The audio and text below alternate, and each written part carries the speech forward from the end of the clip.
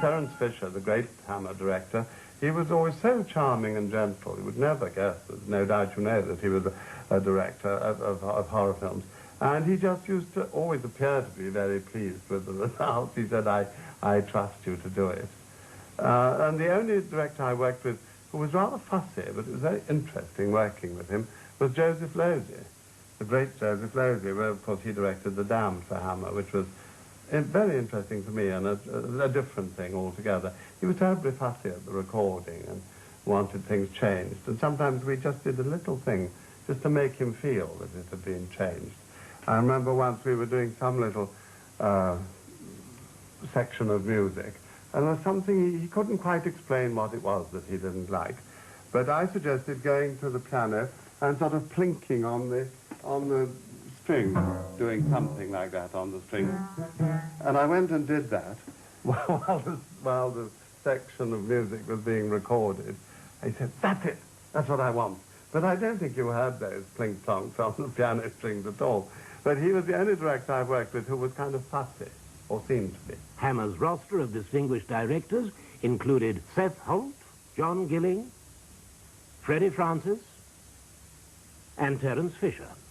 Hammer were amazingly fortunate to have Terence Fisher standing by, ready to take the whole Gothic revival on his shoulders. He was particularly useful in that he took the material seriously and solemnly, but he didn't try and jazz it up. He was, I think, a sort of English gentleman in the Conan Doyle storyteller tradition. Right, action. He was such a dear, kind, cuddly little man. Very shy. He has been an excellent editor, which is very helpful to any film director, because they can help with the economy of film, because he knows exactly where he wants to cut the picture, so you don't get yards and yards of footage that will never be used. He did a great deal of homework, which was frightfully important. In film, particularly when your schedule is such a short, I mean, 3 weeks isn't a great deal of time to do a 1.5-hour film. He didn't have time, no director would have, to give every actor 100% of his time what they had to do. So it's up to the individual actor to do his own homework. And often you'd suggest a thing to Terry, and he'd either say, dear boy, that is a very good idea, and we will do so and so, and elaborate upon it. Or he'd say, no, because I don't think you do that because of this. So it was one of those tremendous team things that happened. We used to have a lot of laughs. And whenever he gave me a close-up, I used to make a point of walking up to him, putting a fiver into his hand. And we did it in such a way, because he was a pretty good actor too, that the unit really believed that I bribed him for a close-up every time I did it, until they caught on. It was a kind of a joke between us. He was a great arranger. He'd say, okay, show me what you should do, and then I'll tell you if it's right or wrong. And he knew what he was doing, believe me.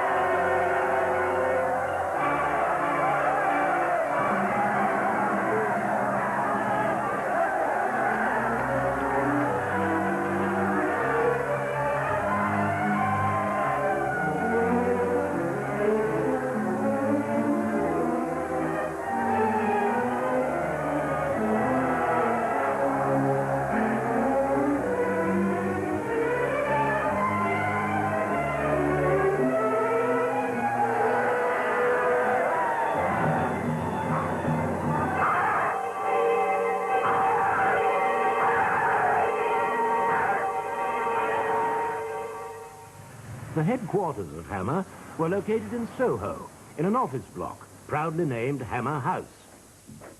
In command of the business operation was Lieutenant Colonel Sir James Carreras.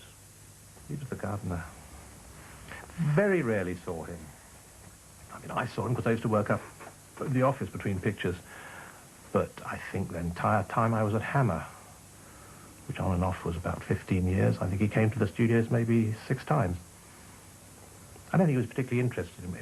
It wasn't that he wasn't interested.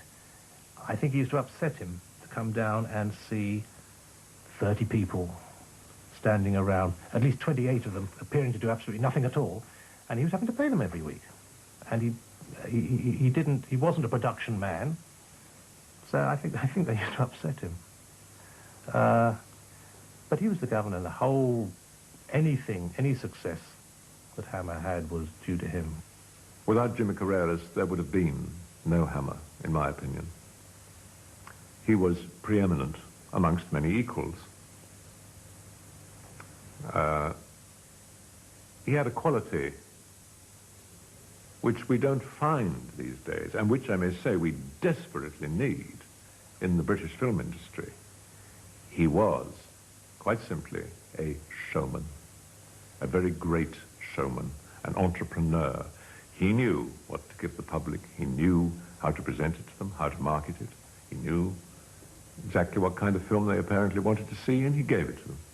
I think it's all come about by the fact that we start with a title. We think to ourselves, what's a good title? And we think, To Love a Vampire. And so then we make a poster. And with this poster, I go around and see these distributors and say to them, how would you like to have a picture called To Love a Vampire? And they say, oh, wonderful, when can I have it?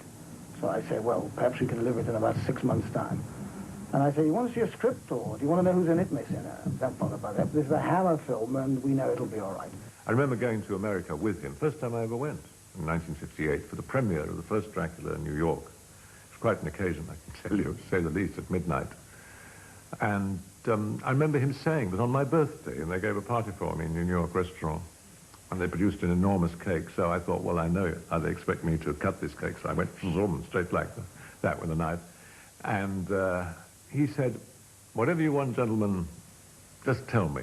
He said, if you want Strauss waltzes, we'll make them. How many heart transplants a day? Heart? James, they're old-fashioned. We're on brains now. Are you? Yes. Jimmy Carreras was sitting next to me at the dinner table. And I said, Ian, you will have a job for me, now won't you? And he said, yeah, why don't you come and see me at 10 in the morning? So I said, yeah, right. He said, you better go to bed so you look halfway decent. And I did, and everybody laughed, and everybody thought I was mad. But I immediately left and went to bed. Crazy woman. And I went to see him the next morning, and I remember Maxi Fashion had just come into vogue, and I had this black gear on. And I went into his office, and I said, Colonel, sir, Lieutenant Pitt reporting for duty, sir. And he laughed, and that was the beginning of a wonderful working relationship. It's really good. The first memory is, it's very funny, actually, because I walked onto the set the first day of my shooting, and Peter Cushing was in the process of decapitating me. And I don't know, it made me swallow. It was quite funny when he stabbed her and pulled her up and slashed her head off and held this head up high, and I thought, oh, that's me. And I remember showing the photograph of it to my mother, and she laughed, and I thought, funny mother. As Carmilla, a bisexual vampire, Ingrid Pitt created a new lead character. The fangs kept falling out, and they kept falling into Kate O'Mara's cleavage, and the crew wanted to help retrieve them. Ingrid Pitt proved to be the most enduring of Hammer's discoveries, as they eagerly promoted female stars with the box office trend towards more sex and nudity. Others came and went, such as the Collinson twins from Malta, former Miss Norway, Julie Edge, and Danish Jutta Stensgaard. She was asked about her hopes after playing a vampire. I think to become known as an extremely good actress, and I hope to get an Oscar sometime. Despite her Scandinavian looks, Veronica Carlson hailed from closer to home, York, in fact. What a lovely piece of export. It was export that won Hammer the Queen's Award for Industry in 1968. 3 years later, with Anthony Hines and Sir James in retirement, the company was taken over by Michael Carreras. Inside Michael was another kind of producer trying to get out, and I think Michael had a lot more ambition for Hammer produce